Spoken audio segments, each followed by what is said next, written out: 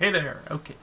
Uh, been a few days. I've been having a hard time kind of getting started. I mean, if we scroll back to our last episode where things kicked off, it was the 19th. So today's the 25th as I'm doing this. So 6 days. And I'd wanted to actually play yesterday, yesterday evening or whatever. And I'm kind of having a hard time getting started. I'm hoping I kind of work through some of the hesitancy and such through all of this. But that's kind of on me. I mean, in the end, I seem to have kind of tried to do a little bit of a performance, I suppose, for anybody who might be watching.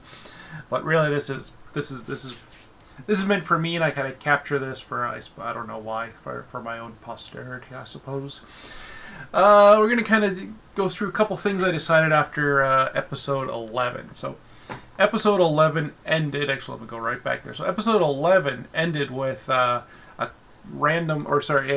interrupt scene that focused on an NPC who was not involved in my planned next scene. So we actually cut to the bounty hunter that Black Sun hired and regularly hires to work with Jax,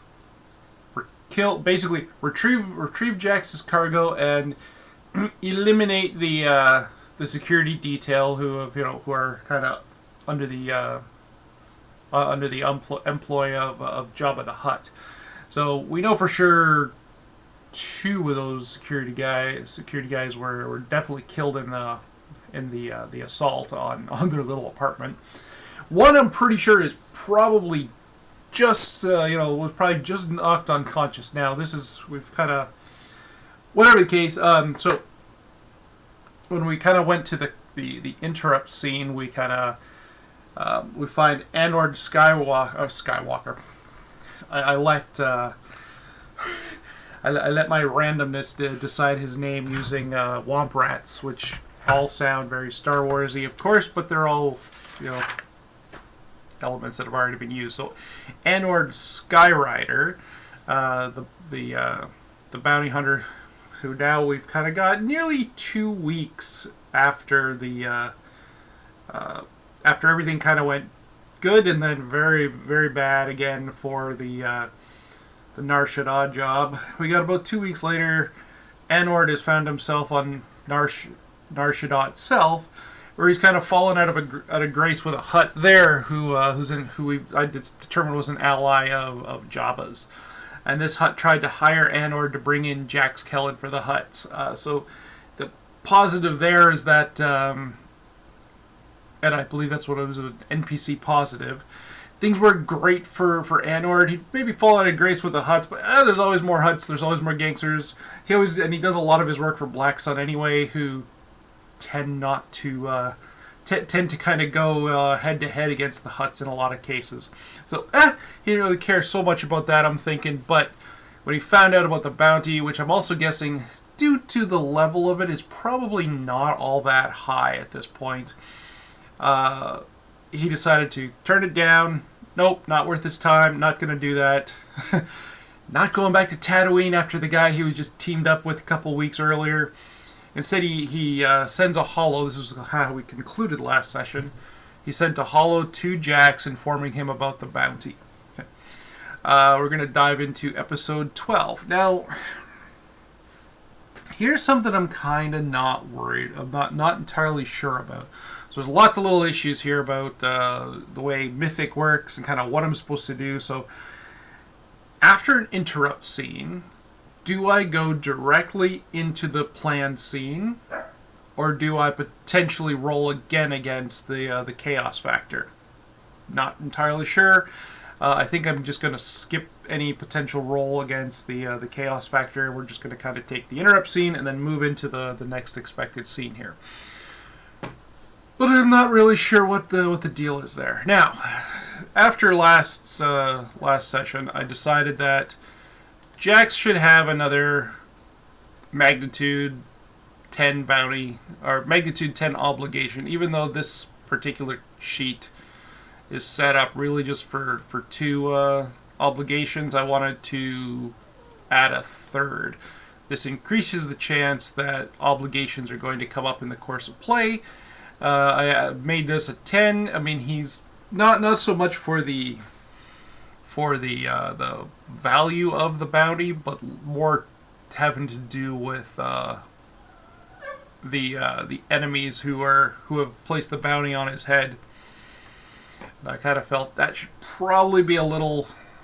I felt it should probably be an obligation 10. One, I want to try to make sure we kind of get obligation into the game. So far, we are now episode 12. Obligation is not yet factored into the game at all, aside from the fact that it's on my character sheet. From last time, I don't think I spent any additional XP. I gave myself some additional XP at the end of last session. Again, what I've been doing is giving myself 2 points for every half hour. And if we get close to an hour, then I give myself the full 4 points or whatever. I don't count when I have to really kind of take a break and think things through. I just pause the video recording and kind of go from there. I'm just going to check something quickly here. Okay. Not sure whether you can hear a dog in the background or not, but they're not happy about being locked out of the office while I'm doing this. I may need to pause and go check on them in a second, maybe even bring one of them in. Actually, you know what? I'm just going to do that. We'll pause for a quick sec. Okay, there we go again. The dogs have gotten their jerky treats and they're happy for now.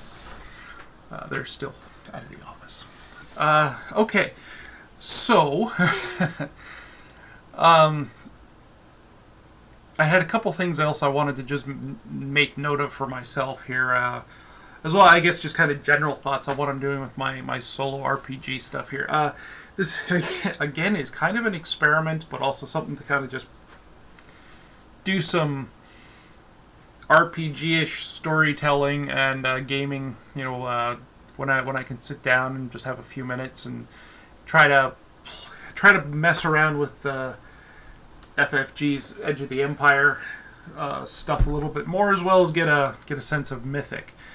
So anyway, so I wasn't really entirely sure about testing a scene again. I'm not going to do so here. And the other thing here was I maybe need to stop kind of ruminating on the solo RPG element of my game here a little less, and focus more on kind of moving story forward. Some of my scenes I think have dragged a little bit, whereas they don't need to. And let's face it, we're playing Star Wars. I've been so concerned about not just making it a combat monster kind of game, and not engaging in things that are gonna maybe be too tricky. But I can always pause the video.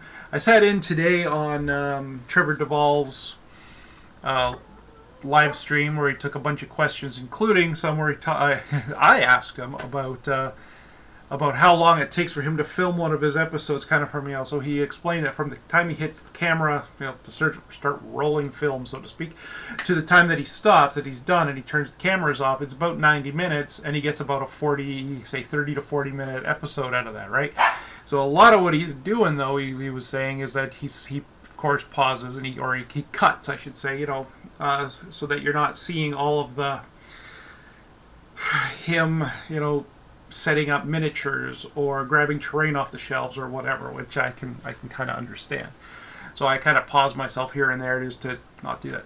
I don't deal with miniatures in this game. I do deal, maybe some future game, I have some other ideas as to what I want to mess around with. I do deal with physical dice. I am dealing with a one camera setup though, so unfortunately you're not seeing the dice. I have considered using the die roller here in, I don't need all this crap on the screen. I have considered using the die roller here in Roll20. It's a little wonky when it comes to the API connection for the Star Wars Edge of the Empire app kind of built in here, so that somebody created, but it does kind of work. Usually the easiest way to do, they've changed some of the icons up here. Usually the easiest way to do this would say to go into the dice pool and bring it up. and say, what are we rolling? I mean, I don't keep the character in there, so let's say he's going to roll his astrogation. I think I just did that correctly. Yeah, so he's got 1 yellow and 1 green, and we're going to say that maybe it's a average roll, and then I could roll dice. Did that just work? I don't think that worked at all.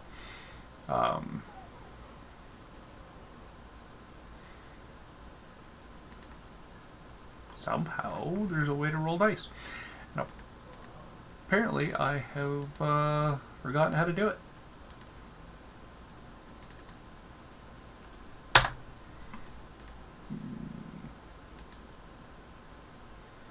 Nope. Nothing's gonna really work there. Okay, I wonder if the API needs to be reset, because it should be showing up. There's no reason it shouldn't. You can see all the stuff that I've uploaded here, but oh, sorry, I went to the driftwood again. But if we just bring in, say, the Aqualish thug here, and we're like, let's roll his cool. I'm gonna say that's an API problem, and it probably needs to be reset. Like, once again, hear my dog, one of my little dogs out there barking. I'm going to be pausing again. 1 second. Okay, it's going to be one of these evenings. I've been lucky so far with all of my with my sessions, and that the dogs have generally just kind of chilled out wherever they are and not interrupted me. All 3 of them went outside. One of them's now back in and in the room, and not yet settled down, but hopefully he'll chill out in a few minutes here. Once you chill, he should be fine. The other 2 are still outside. They're likely to start barking. So this is going to be one of these sessions that's probably going to be interrupted for me a lot, the way things are going. So while they were outside, I took a quick look here at Mythic, and I think I kind of get it a little bit better. Interrupt scenes don't necessarily mean you wedge a new scene and then push the expected scene later. It means the scene doesn't happen, and now we've got an interrupt scene. The interrupt scene takes over. That could change things. In this case, I don't think it's going to really change things. And I get it. The interrupt scene could, if it involved Jax directly, it could have completely modified where I was going with the expected scenes. But I think our expected scene, so I forgot to do something with my video here, which is to make sure it stays on top. So the expected scene here was basically kind of a cargo arrival kind of scene. You know, Zai and the Kamino Squad are going to arrive at the drift with their cargo in tow. So I'm thinking, because an expected scene isn't necessarily going to go off afterwards, I think I still test the scene. So that's what I'm going to go with. So scene 21. Now let's just kind of do this. We can bounce back and forth quickly. Scene 21. Sorry, I was looking for my dice. So scene 21, we're going to test against it. We have bumped the chaos factor up to 6. Roll a d10. That's going to be a 2, which means we are going to have... Sorry, I don't have this memorized yet, but so we're going to deal with a 2. It means we're going to have another interrupt scene. Okay. Our next interrupt scene, we'll generate a random event out of this. So once again, we're going to take this and we're going to push this, because that scene could still happen, and there's a good chance it will. Oops, sorry. So scene 21, on the other hand, is going to so it was less than the chaos factor, so something happens. It was a 2, which is even, so it becomes an interrupt scene. We're going to need to generate... Sorry, we're going to need to generate our random event here. So 95, for some reason I keep rolling here. Current context. I don't like the current context because I'm confused by it.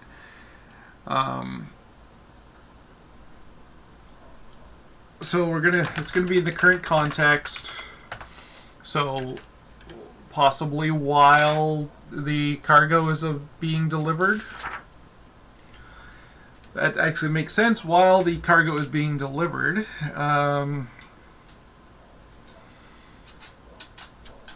Action. So action meaning tables. Once again, believe it or not, I used to type 130 words a minute accurately based on what I've been doing, kind of pounding away, not paying only half attention. That doesn't seem to be, I can understand that people would not believe that. Okay, so 53 is increase. God damn it. Increase. Action 2. 57. Increase nature. Increase nature. Okay. I think I kind of see this now. The one thing I didn't do... actually, no, that doesn't matter. So... the interrupt scene... Here we go. So the interrupt scene. While transporting the crates of Imperial blaster rifles through the town. Oh, for Christ's sake! Apparently, I can't talk and do this at the same time.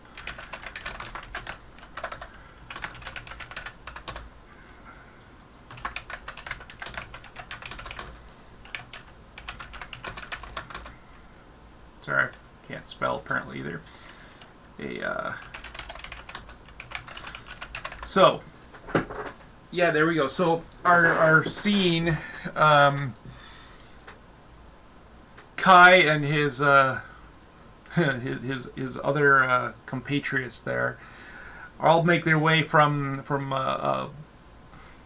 they leave a warehouse, with a bunch of repulsor lifts with the crates on board. Now each of these guys are going to be armed as well. Now a couple of them maybe have blaster rifles slung, not the Imperial blaster rifles, of course. All of them are going to have pistols on their hips. And they're possibly underneath some flowing robe-like clothing. For a couple of them are chest pieces of what used to be clone trooper armor. I don't know yet. We'll find out, but that's what I'm thinking. They're probably all kind of they're all battle hardened warriors, right? From decades, from 15 years ago or so, or whatever. During the Clone Wars, right? So we don't know their story yet. While transporting the crates of stolen Imperial Stormtrooper blaster rifles, a surprise sandstorm, like the winds just kind of pick up and start whipping through Mos Eisley, and the sands in the streets start to get blown up, and people start kind of heading for cover, and pretty soon there's a full-blown sandstorm. They kind of look out over the buildings and to the west, and see the sand kind of kicking way up into the air and blowing around, and it starts to kind of descend on the city, just kind of this huge wall of sand and wind, as Kai kind of shouts out to his comrades there, "Take cover!" And they all kind of pull the crates through through to the edge of the street and kind of take cover in an alcove as the sandstorm just kind of whips right through the city. And I can hear one of my dogs now barking once again. Pause. Back again. Okay. The sand kind of the sandstorm just kind of whips through Mos Eisley, sending Kai and the Kamino Squad for cover. Meanwhile, in the docking bays, which are open kind of above Jax, of course, above the ship. This is a fairly. It's more than a basic spaceport, but it's not. It's grade 3. There's not. It's not. Like big domes that close or anything. All the docking bays in Mos Eisley, I think, are all open to the sky, and Jax is kind of, you know, out about doing a walk around the driftwood, making sure everything's looking good. I actually need to do something. I need to. There is something I did forget to do, I believe, because I'm rather certain. No, I don't think we had. I can't remember whether we talked about money up front. We don't even know where we're going yet, actually. So we're going to come back to that. He's agreed to the terms of the job, at least in terms of the pay. Did we?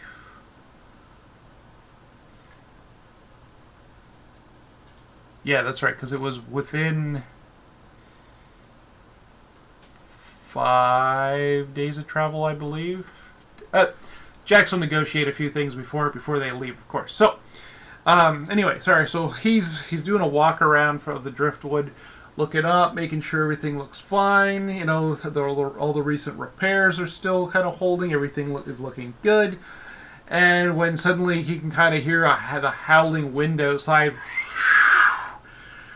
and when he looks up, you know, just this burst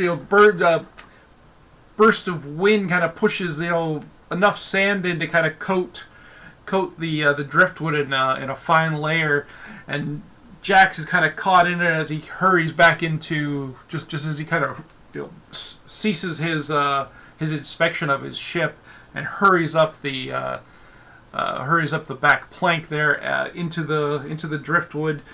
As soon as he's up there, he slaps the door, door close button, and this is probably the time when he kind of like starts shaking, you know, dusting off, some of the sand that's landed on him, you know, shaking it out of his hair, and he returns to the cockpit, you know, where Kay is kind of, you know, kicked back and having a snooze in the co-pilot seat, and he sees a little flashing red light on his panel, and he realizes he has a holo to watch, and that should be the end of scene there.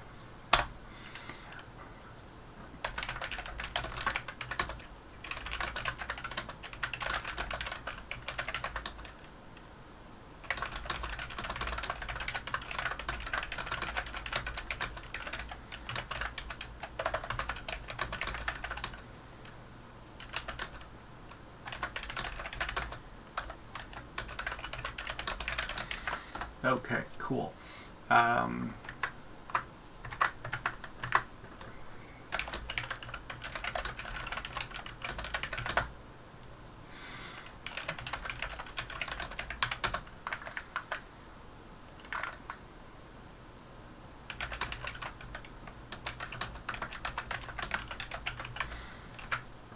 right, cool.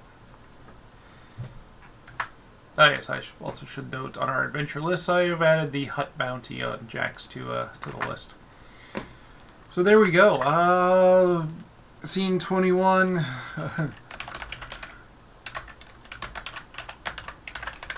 Storms are coming, sure. Alright, we're going to kind of move along here to Scene 22. Now, I'm thinking Jax had no control over that. Everything goes a little chaos. I think the chaos factor's got to go up again.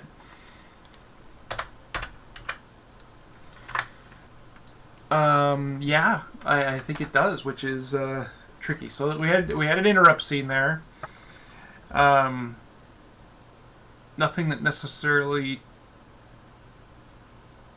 Yeah, nothing that was necessarily really detrimental to Jax or Kamino Squad. And Jax, of course, doesn't really know much about these guys yet. He has no idea why there's, why they all look the same, why they're identical, or why they call themselves Kamino Squad. All right, Scene 22, again, the expected scene is they're going to arrive at the driftwood with their cargo in tow. The more chaotic we get, though, the less likely that scene's ever going to come off, I guess. So I'll roll against the scene. 3. Okay, so this time it's sorry, sorry, this time it should be a modified scene. What do they call them here again? Altered scene. So we're going to get a lot of that kind of thing, I believe, with this. So, I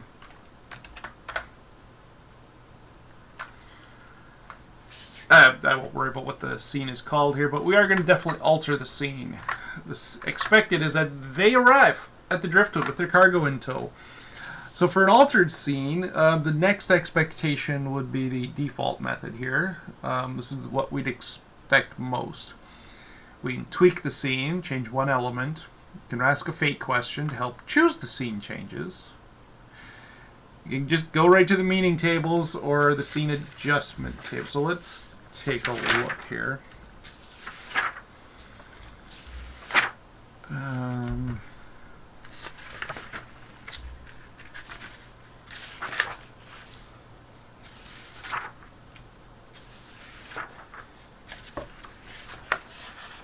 Alright, what's the best way to do this?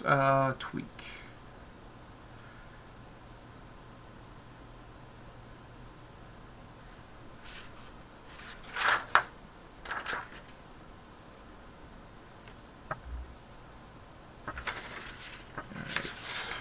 An altered scene. Sorry, I'm just trying to figure out how best to deal with this.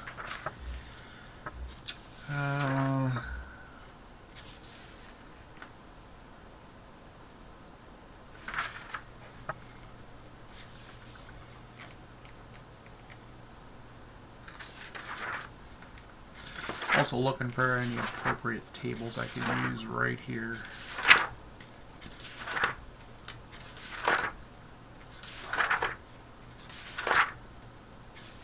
Scene adjustment. Let's just use the scene adjustment table here. I should mark this so I can get back to it really quickly whenever I need it. There we go. Just put a flag in there.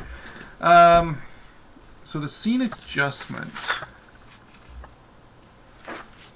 We'll roll on that a d10 for 2. Add a character. Interesting. Okay.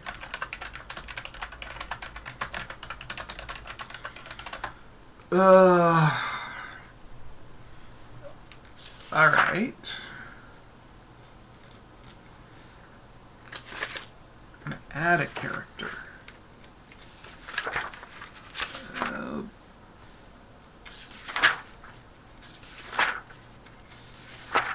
Okay.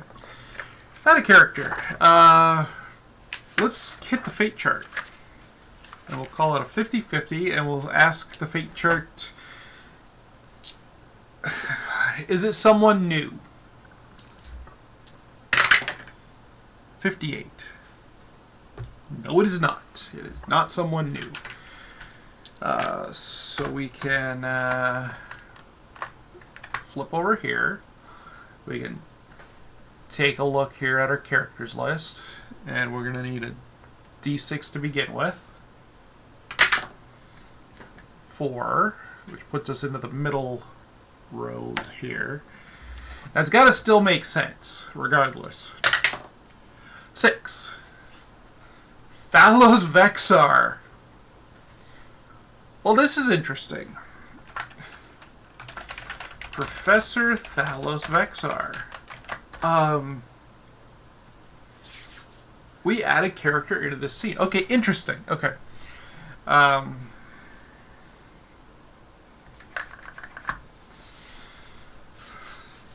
Yeah, I think I know where we're gonna go with this then.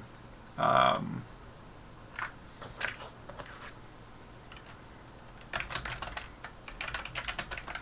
scene is now Professor on the Run. We're past the sandstorm. Kamino Squad is currently offloading.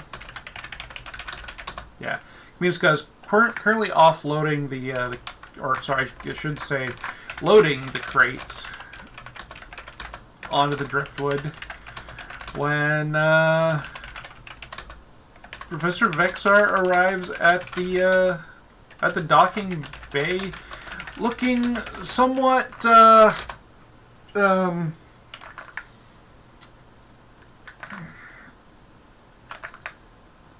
I don't know, how should I say, somewhat not irritated so much. That's not the word I'm looking for. Sorry, my brain is kind of not functioning on all cylinders or at the moment. So, looking somewhat nervous, and like Jax comes down the ramp, scooting around, around two of the Kamino Squad guys, loading the crates on board. And as he comes down, he sees the door of the docking bay open. And there's the professor, kind of all nervous, and so careful not to, doesn't do this because he doesn't have hair. He's a Zabrak, so we would just end up spiking his hand with that way. And he comes in and he kind of looks back over his shoulder and lets the door slide close and kind of hurries into the bay. Notices that Jax is not alone and is suddenly kind of stops dead in his tracks, and he looks concerned. And Jax sees him. Professor, I wasn't expecting to see you again. Yes, no, I do understand. I don't suppose we could have a word. Alright, we're kind of in a little bit of a hurry, but what can I do for you? Are you looking to purchase the crystals again? No, I believe I have another issue. I think I know what's going on. Is the professor trying to get off planet? Is he worried about his own safety? So, is he trying to flee the planet? Now we're just gonna call this. I'm gonna call this likely, because of the way he's kind of entered here, and he probably wouldn't go back to Jax. He screwed Jax over a little bit, not necessarily on purpose, not deliberately, but he still screwed Jax over. All right, so is he trying to flee the planet? That is an 88, which is doubles, which is a no. He is not trying to flee the planet, but that just injected a random event into all of this, which could shed some light on exactly what's going on. What do we got here? Random event.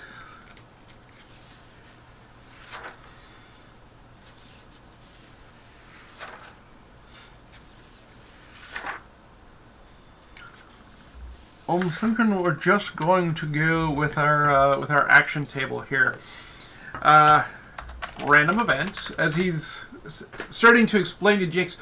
No, I just wish to discuss, and something, we're going to kind of come back to our random event here. So, action tables, that's a 99. Usurp, this doesn't sound good. 03. Usurp agreement. Well, he already did that. Usurp agreement. Yeah, again, he already kind of did that, so we can kind of come back to that. So, Professor Vexar is apologetic. Look, I'm very sorry, I'm very sorry, Captain. I understand I have put you in great jeopardy and great peril. I understand. I'm in a similar in a similar circumstance. I wish to apologize for doing this. However, unfortunately, I am still unable to take the kyber crystals off your hands. And Jake's going, shh, don't say that so loud. Look, those things are highly illegal. And besides, as you may have heard, I dumped them in the desert. Yes, no, you dumped them in the desert. Vexar is not a streetwise person. He probably hasn't heard any of this. He doesn't really have a lot of underground connections. This is his first time really dealing with the seedier side of the Star Wars galaxy, at least in this respect, right?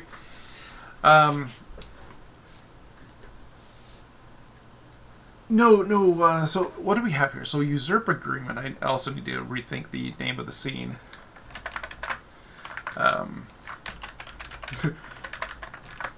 Professor returns. Whatever. Slip over to here for a second as well.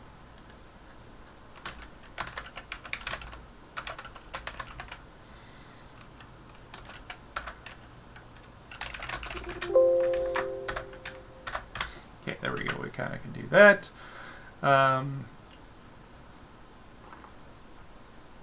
So what do we have here? What? Okay, usurp agreement. So this has something to do with the fact that he was not buying those things anymore. So what? Maybe he's got a different... Maybe we should check his motivation here.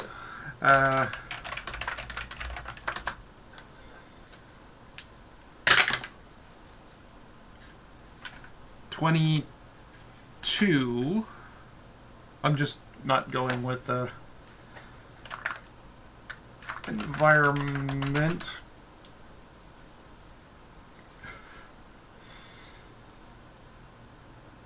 It doesn't make a lot of sense. Let's, I've got nothing for that. The environment. Environment. Well, maybe.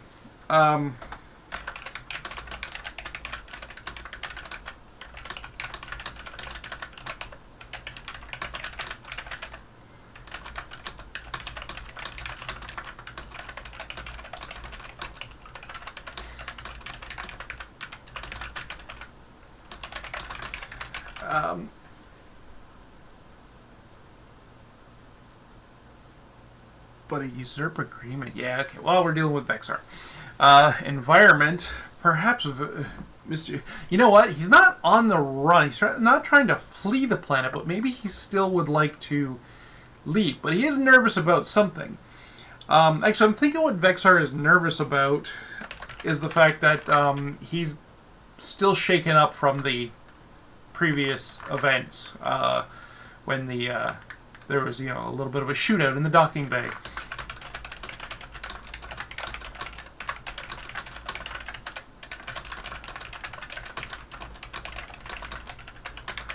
Environment, and he is now concerned that the yeah, there we go. And he's concerned that he's not particularly safe in Mos Eisley. So he's not trying to flee the planet, he wants out of Mos Eisley.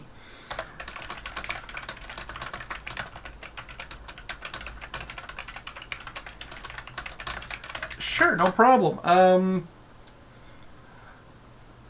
Yes, you understand you understand, Captain, that perhaps due to our situation a couple of weeks ago, that I do not feel safe here in essentially what is the stronghold of a particular hut.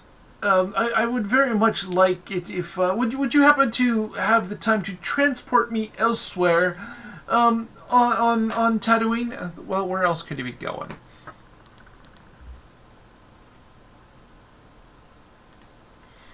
Come to our Tatooine map that I happily stole from somewhere.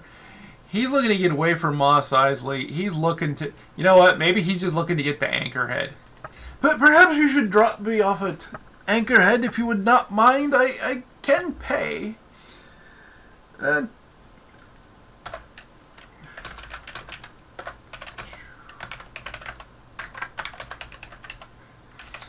Jax is not... He might ordinarily help someone like, you know, Professor Vexara, but one, his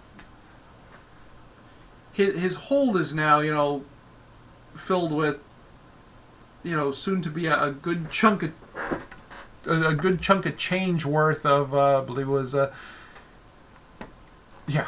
believe it was like 40,000 credits or so, 45,000 credits worth of stolen Imperial Stormtrooper blaster rifles.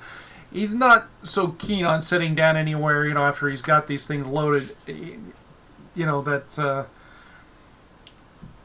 he's not so keen on sitting down anywhere else except wherever the hell he's supposed to deliver these to. Jax goes, "Sorry, Professor, out of the question." Oh, I see. I do not feel. Do you want to hop a ride with us? We're getting off planet. At this point, Kai, you can see kind of Kai and one of the other clones there, one of the other Kamino Squad, just kind of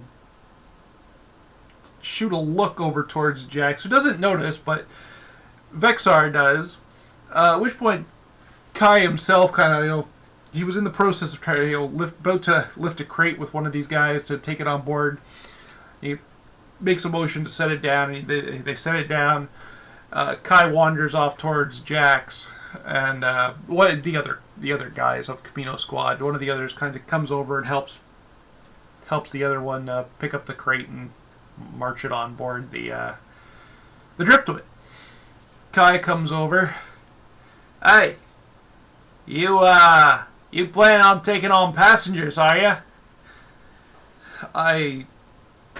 It was just an idea, Kai. Yeah, well, I don't know that we all know where we're going, and it makes sense to be taking. That was really just muffled all over the place. I don't even know what I was trying to say. Yeah, well, Captain, it's your ship and all, but we're the ones paying the fare. I don't believe we need to be taking on any passengers. If you can't understand what I'm saying. I understand exactly what you're saying. You're saying it fairly bluntly. Well, sir, maybe I can interrupt. You are, you have hired Captain Kellen here to take you and presumably your cargo off of the planet.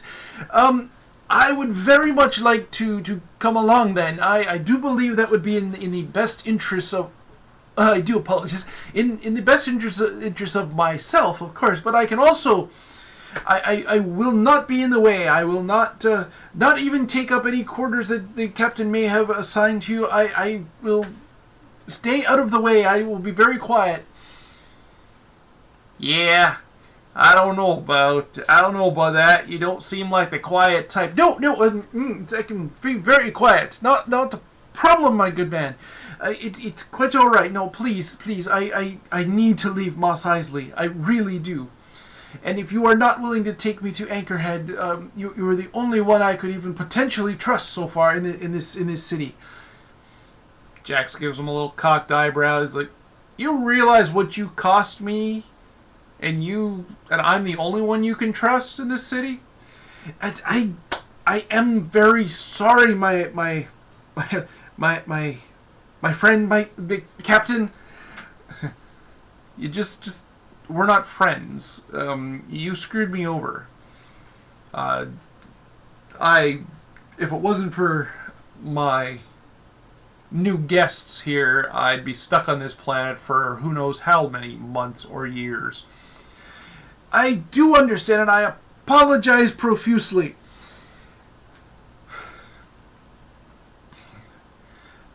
Jax does a bit of an introduction. He's like, Kai, Professor Thalos Vexar, who specializes in ancient history, ancient technology.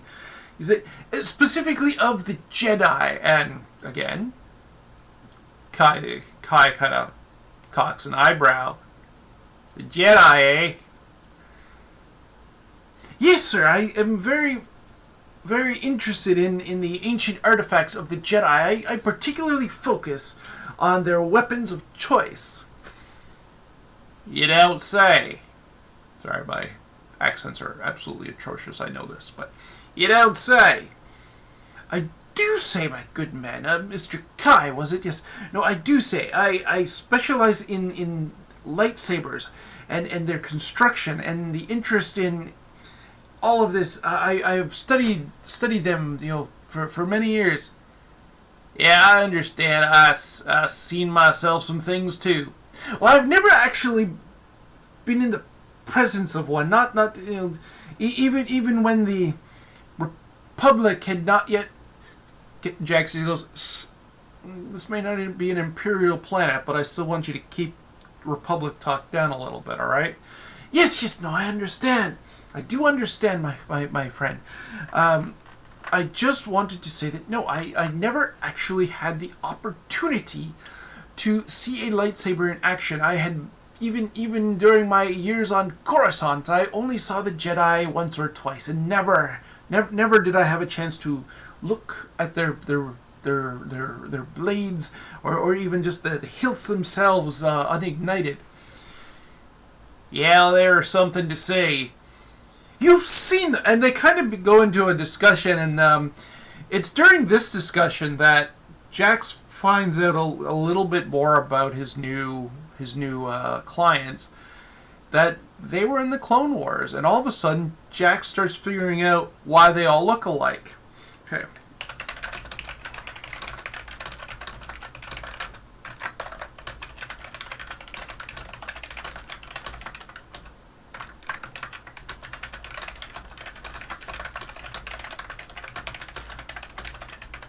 And all of a sudden, his eyes go wide, and Kai catches it. He goes, "Yeah, that's right. We call ourselves Kamino Squad because, well, that's our that's our birthplace." It's like, oh, clones. Yeah.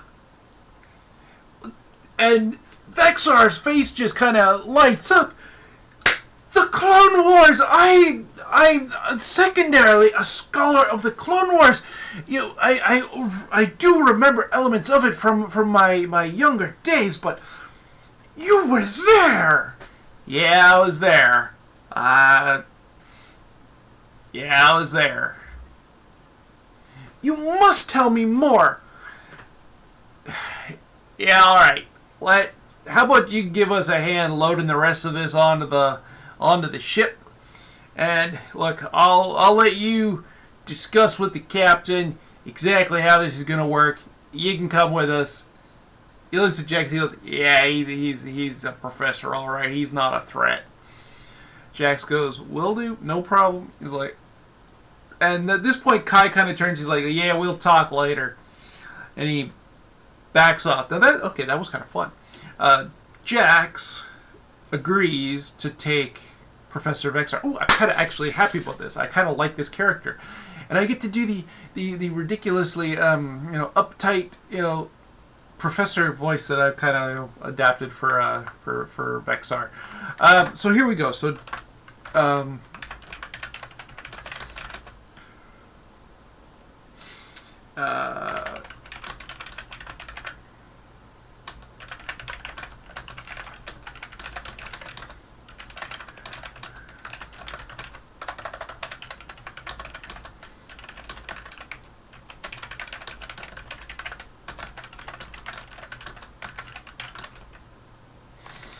Yeah, let's try this. It is a secondary interest of Vexar's. Okay, Jax needs to charge him a small fee at the very least for this steerage up to 5 days. So we're gonna do this. Or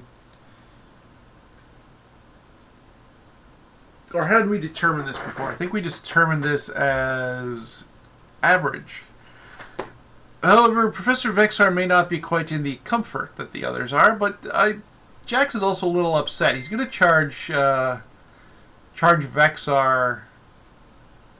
Yeah, say okay. That's what he'll do. 1,000 credits per 5 days in transport. If this goes longer, it goes longer. He makes sure Vexar knows that the focus is on his new clients.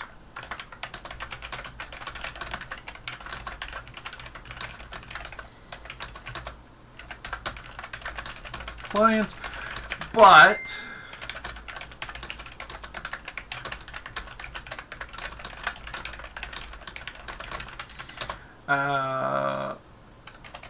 Vexar has to pay upfront, whatever Jax, or the fair fee, right?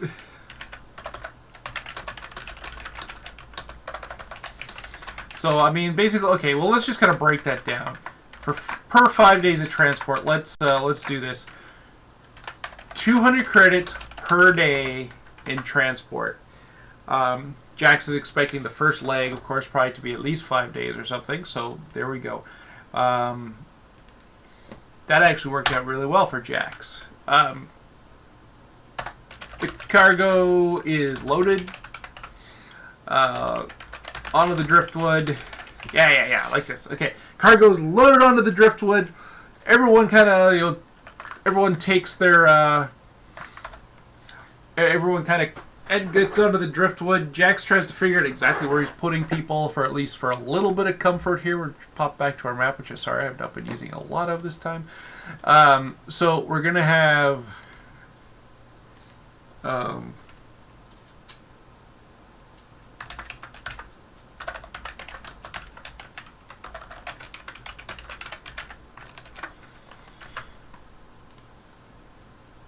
I'm thinking.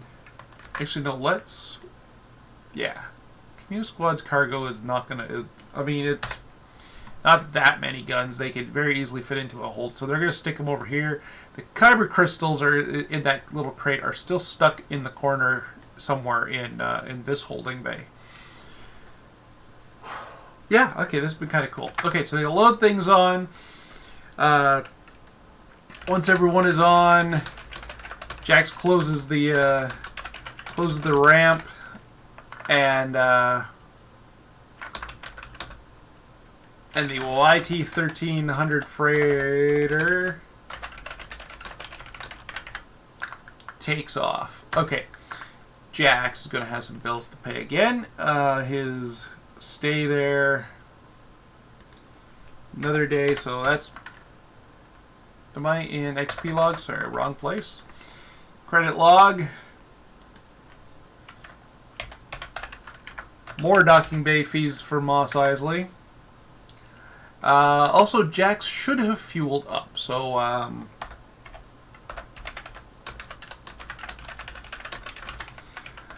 let's figure out kind of because he would have done this prior to takeoff. Actually, that's not what I would need. I do need driftwood up again here.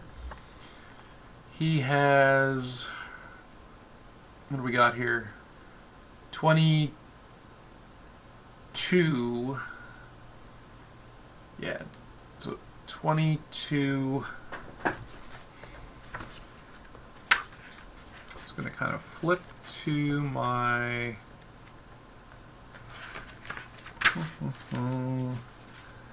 Not the cheat sheet. Operational costs. That PDF here. So we know this is a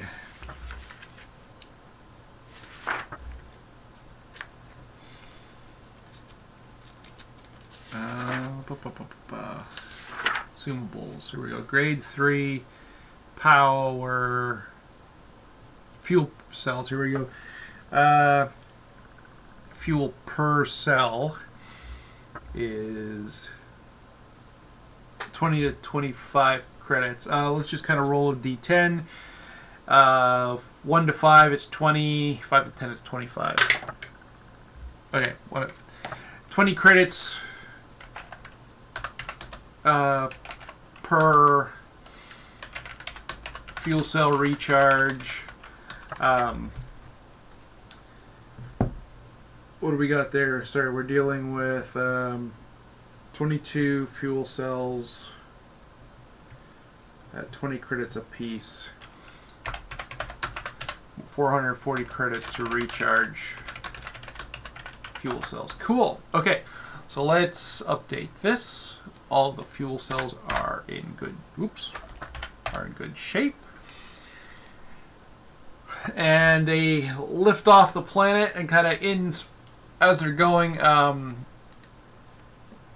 Jax did not have the cash for this, of course.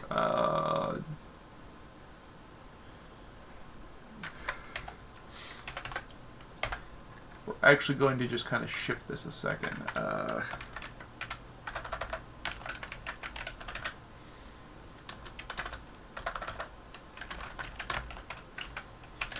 Okay, actually, we're going to need to take these ones down, because for Jax to even... Okay, let's make some modifications here.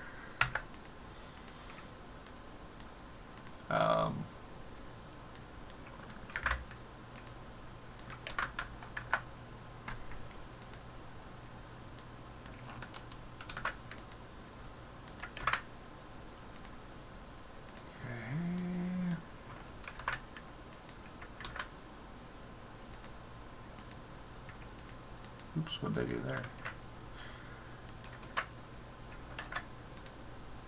There we go.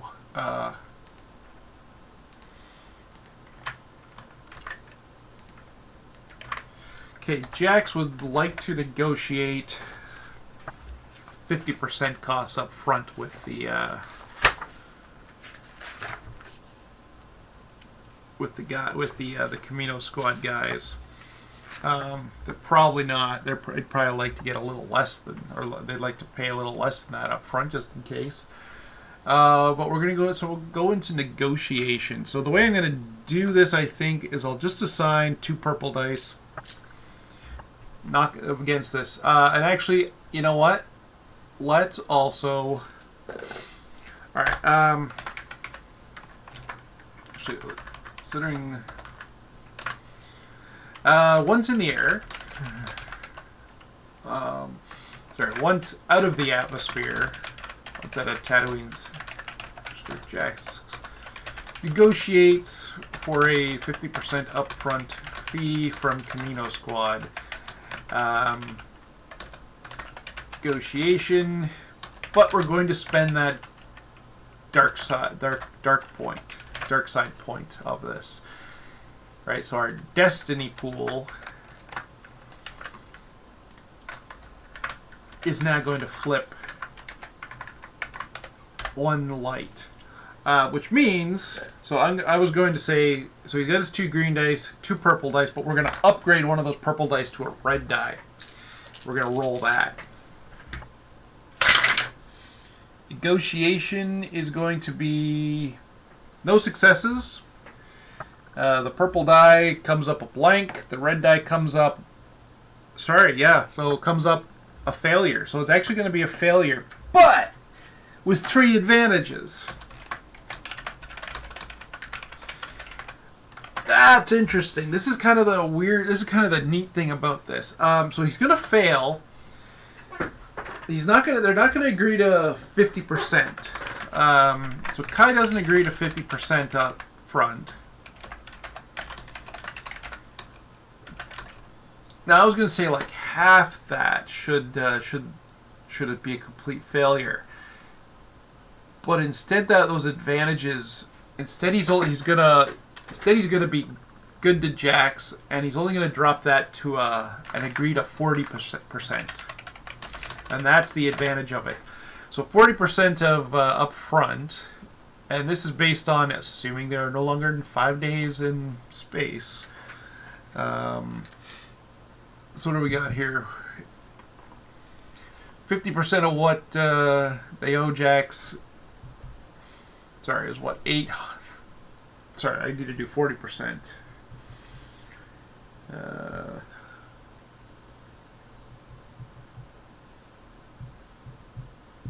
6,500 credits. Okay.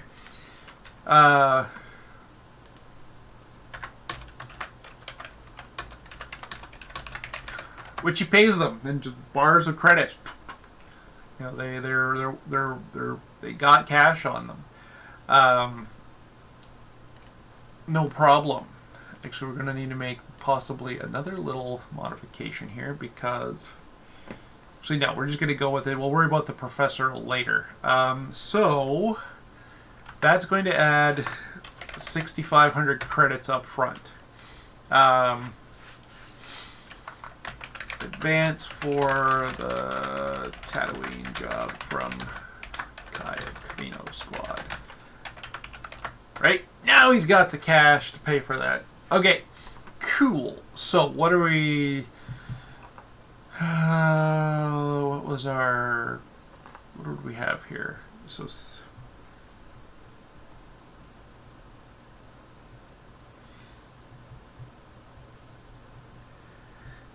he's still owed...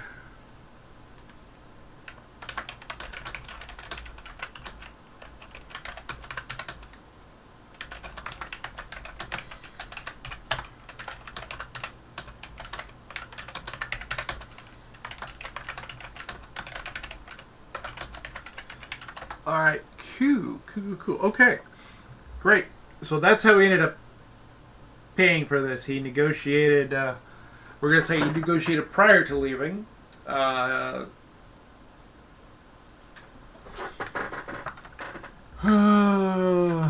Actually, we should say that prior to leaving, because he had no way to even, fuel up. So we're just going to kind of just reorder this a little bit, which is my own version of retconning here.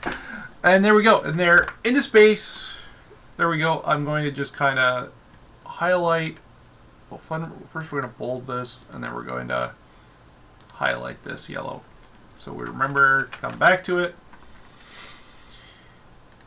And then, now Jax ended up being in control there. We're going to drop that back down to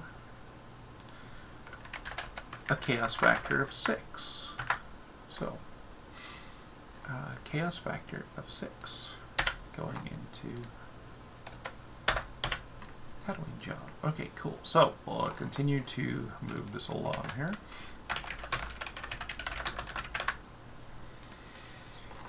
And as they exit the atmosphere, and get a fair, safe distance away from the planet, from the cockpit, Kay's now awake and wide awake. There's been so much action going on the ship, and Jack kind of reaches forward and grabs hold of the lever kind of for hyperspace and gently pulls it back, and the black of space kind of around them with the sprinkling of stars. All of a sudden, you get the everything kind of slowly shifts. So you start to get the lines of stars, and then they rocket themselves into the swirling vortex of hyperspace. Where they're going, we don't yet know. That's something they would have discussed prior to leaving. So let's actually kind of figure out where they're going here. Come back to scene 2030. So, where are they going? I had a couple of ideas as to where they're going. One was somewhere in deep space. Somewhere else could be like an asteroid belt or an asteroid field somewhere out in the outer rim, which would be a good place for smugglers and pirates and insurrectionists to do shady business. I considered doing a random planet because we have a lot of official planets here in this thing here, right? All of these are official planets that exist in canon, even if they've only been mentioned. And there's a bunch missing too, because this predates I think all of the sequel trilogy stuff, right? So there's stuff missing, but I also consider there's thousands of planets and dwarf planets and moons and and whatever across Star Wars. I think I'm going to start adding to the map a little bit with my own creations, and maybe that's what we're going to do here. Sorry, and the last thing I had an idea of was the moon, planet moon Endor, which would kind of allow us to dive a little bit more into Kay's background here. Or Kay's story, I should say. Why don't we leave it to the fates a little bit? I'll go back to my fate table. We're now at chaos factor 6. Actually, we'll just kind of go in here. So, actually, no, we'll do this here.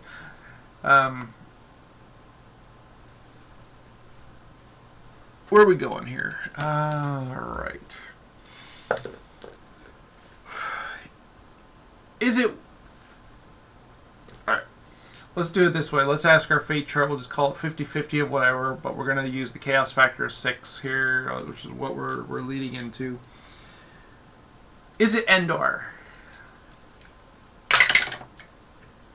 29. Yeah.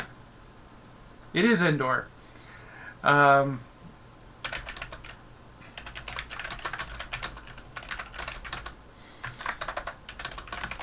Endor.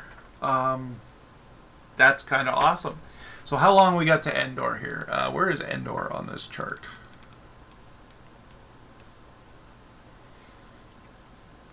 Endor, I think, was down here. So what are we going to get here? So let's kind of zoom in, do our calculations. That's a lot of hopping around. Things move quicker when we're on a major trade route.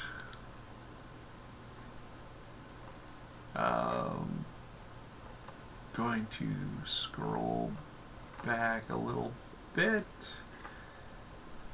What are the chances I made notes somewhere? Nope, that was my original. Nope, I really need to start making notes about this stuff somewhere.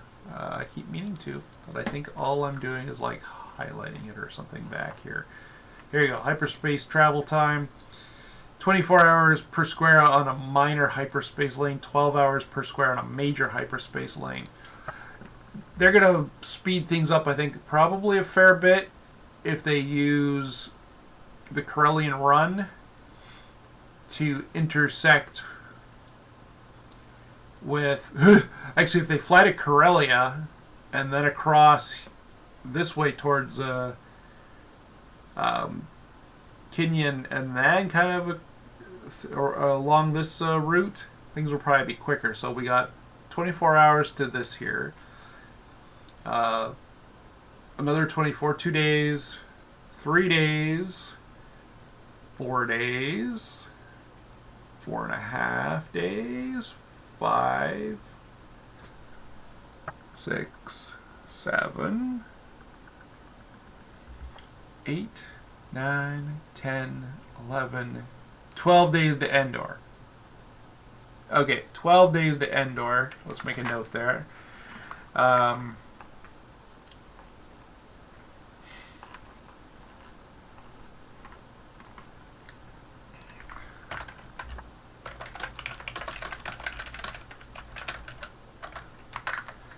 What do we got there? Oops.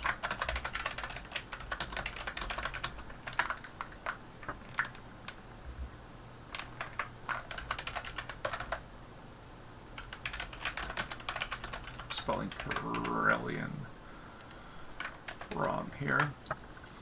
A little out of the way zone in the Model subsector, or near the Model subsector. We end up going to this forest moon.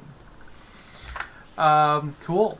What are my costs? I'm going to end up using up a lot of fuel that way, of course. I need my operational costs. Oh shit, sorry, no, that's going to be doubled. It's going to be 24 days because we're on a hyperspace, I spelled that still wrong, a hyperdrive 2.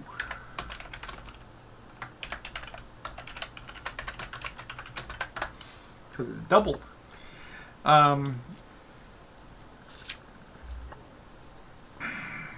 So what do we got here? So for every 9 hours in hyperspace, let's do some calculations here.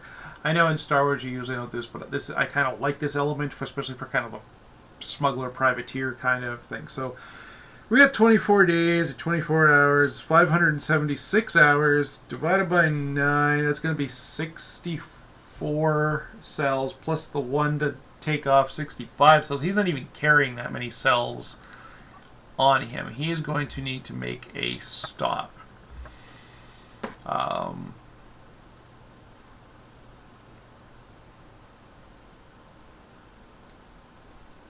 Yeah, 65 cells, 65 power cells, and I'm pretty sure the driftwood has 50 cells on board.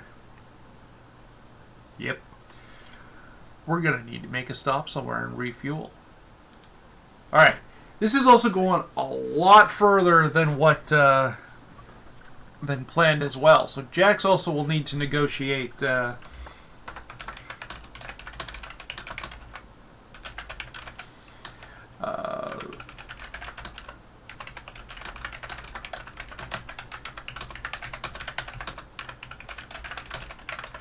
he wasn't quite expecting to be traveling this long, and the Kamino Squad it has, you know, signed on with this understanding that he based this on like a 5-day thing, and they're like, we're going to the Model subsector, and he's like, where the fuck is that? And he looks it up in a map because this is not a place people end up. It's pretty far out of the way. And he's like, this is going to cost you more. And they're like, all right, fine. Well, we got to get it somewhere. So we're going to have to kind of redo some costs, I think. They've still paid him a certain amount here. Where is Jax going to want to refuel? I'm going to have to take a look. 64 fuel cells for hyperspace travel plus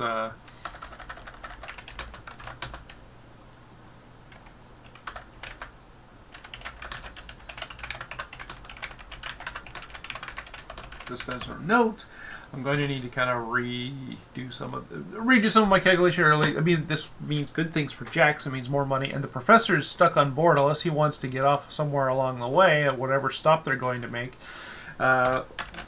Where will Jax refuel?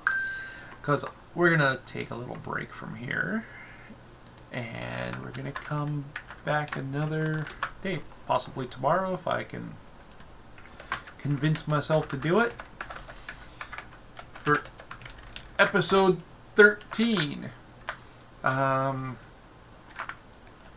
Voyage to the Forest Moon. Haha, there we go. Cool.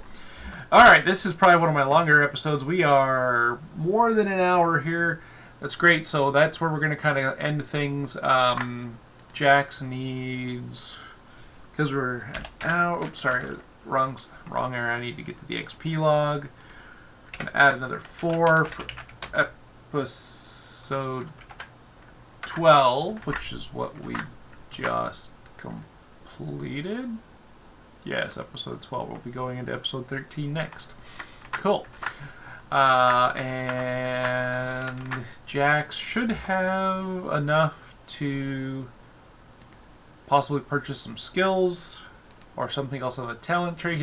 I've kind of now got the entire first block of the talent tree kind of figured out here. He's purchased everything on it. I actually need to go and fill it out a little bit more. As you can see, I just kind of have filled out some of it. As you know, I haven't worried too much about all of this, but I should start filling it out as we go along, because he's going to start buying into the second row pretty soon if I don't do it prior to the next session. But I'm thinking he needs some more skills. I may actually even just kind of throw some into some knowledge skills, like learning. He's learning more about the Outer Rim. He should probably have some skills in there, but if even just doing so, that would use all the XP just to throw him a single point or a single rank in knowledge Outer Rim. For 5, though, we could throw that into Underworld, but he probably should learn a little bit more about the Underworld. But he's young. He's still learning. He is only a 150 XP character. I've been reading in some of the Star Wars Star Wars RPG subreddits, people who had campaigns where, you know, it's like they had 500, 1,000 XP, and we're talking about, like, you know, really kick-ass characters as they go along. So that's cool. But anyway, that's where we're going to kind of leave off until next time. May the Force be with you.